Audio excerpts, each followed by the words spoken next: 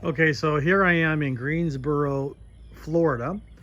I just finished up a meeting with the homeowners in Tallahassee to get the paperwork signed to get the short sale started. So you can tell this has been vacant for quite a while. It's overgrown. I am frankly not very encouraged by what I'm going to find inside here because, this is rural Florida and I'm sure it's been trashed. I'm sure all the wires have been removed by scavengers. So let's go in and check it out. And oh boy, oh boy, oh boy. Yeah. It's funny, when I met with the homeowners, they said, well, we had a little bit of an insurance. We had a little bit of an insurance problem here. Yeah. You think it's a little? Yeah, I had a little problem with my wife, my first ex-wife, or my first wife in Russia when when I found out she was cheating on me with a Frenchman, a French lawyer. It wasn't the fact that she cheated on me that I got mad at so much, because the marriage was pretty much over anyway. But I was really mad that she chose a Frenchman. That was just like, come on, stick it to me, right? Couldn't have, I don't know what would have been worse, a Frenchman or a Brit. But whatever. Anyway, so yeah, getting back to my point, yeah, this is a little problem, right? It's a little problem, a little insurance problem, sure. So you can tell that this place is a dump with a capital D. You have a lot of mold here. You can see up here on the ceilings. Oh yeah, we got big time mold here, big time. So yeah, look at this. Look at that. Look at that beautiful mold. There was a time, even as recently as a few years ago, where we could get this down to even less than land value, because we could get the land value and then oh, look at this. Yeah. Well, listen, there's something to be said for this, because let's face it, if you got some guy living in your house, maybe it's dad or grandpa, that really stinks the bathroom up. Now you've got the ventilation to kind of take care of that problem. You can save a lot of money on potpourri or candles, or Yankee candles or whatever you call it.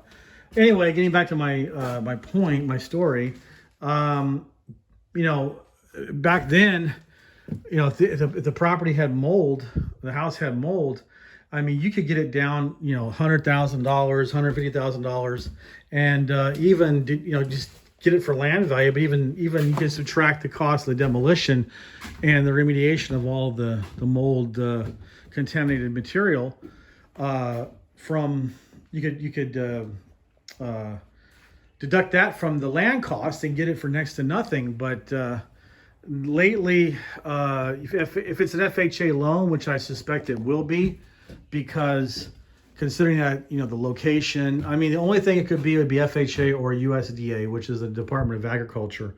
But let me tell you something, they're not really allowing, they'll just take it back and demolish it. So I'm kind of wasting my time here a little bit, but the way I figure it is that just throw some shit against the wall and see what sticks, right? Maybe they'll make an exception, I don't know. But, for our purposes, I don't see anybody wanting this as any other scenario than a teardown, okay? So, whether there's any money in that in a short sale, I know the realtor wouldn't make that much in commission, but, it's just, I tell you what, I bet this is my 19th year in doing short sales in Florida. My company's helped over 2,500 homeowners in that period of time. And I wish I could say that this is an unusual occurrence to see these kind of properties. But, I've seen so much mold in my day. If penicillin hadn't already been invented, I probably could invent it myself. That's how much mold I've seen. And I'm sorry I don't have any drums behind me. I could go dun dun dun shh. Thank you. I'll be here all night. So that's a very bad mold joke. I apologize.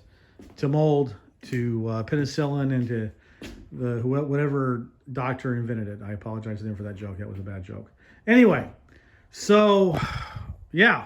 So this is a day, 4.5 hours of driving, an hour with the homeowner, another 45 minutes here, and then I'm going to take 5.5 hours to get back home to Orlando. That's an entire day of my life that I will never get back. and probably for nothing. But that's what happens in short sale. You know, to quote that great philosopher, you know, or an author, Mark Twain, you know, life is like a box of chocolates. You never know what you're going to get. And that's the way short sales are, especially in the rural counties. So that's me signing off. I will be heading back to civilization, and I will see you in the next video.